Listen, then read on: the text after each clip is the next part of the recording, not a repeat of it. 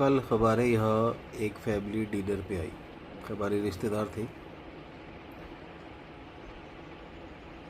और कुछ बातों बातों में ये बात चल रही थी सोमवार मंगलवार और कुछ पुराने वहम जो हमारे बड़े बुजुर्ग किया करते थे।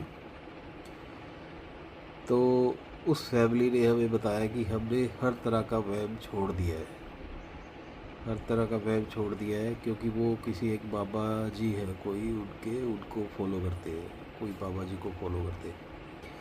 तो उनकी बदौलत उन्होंने एक वहम, सब वहम छोड़ दिए हैं। तो वो जो वारों से संबंधित वहम होते हैं ना, जो जैसे मंगलवार ये करना है, बुधवार ये करना है, शनिवार ये करना है, ये नहीं करना है, ऐसे ऐसे कुछ कुछ एक एग्जाम्पल।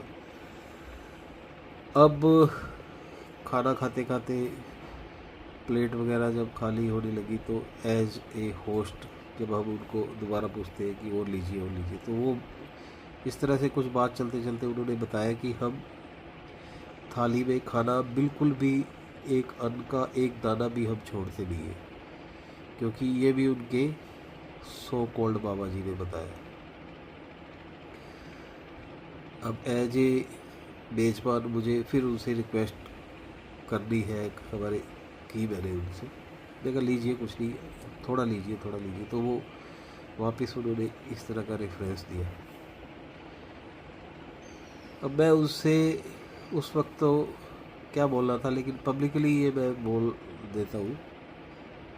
और मैंने बोला भी उनको कि आपके सो कॉल्ड बाबा जी ने आपको कुछ वहमों से तो हो सकता है निकाल दिया हो, लेकिन दूसरे वहमों में डाल दिया है।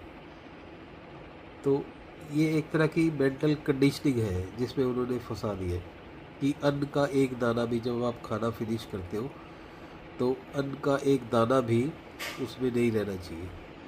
अगर, फिर मैंने उन्हें बताया, अगर रह भी जाएगा ना तो ये सर्कुलेशन में फिर आ जाता है, क्योंकि ये हमारा सिस्टम है। वो कहीं कोई उसको, जैसे कूड़ादान में जाएगा तो कोई डोगी खाएगा, डोगी नहीं खाएगा तो वो डिकम्पोज हो जाएगा और वापस सर्कुलेशन में आ जाएगा। तो वेस्टेज नाम की कोई चीज़ है नहीं दुनिया में, वेस्टेज कुछ भी नहीं होता है। हाँ ठीक है, अननेसेसरली वेस्टेज नहीं करना चाहिए। तो सभी से यही है कि सो कॉल्ड बाबा जी से बचे, वो आपको एक कंडीशनिंग से बचाएंगे, दूसरे में फंसा देंगे।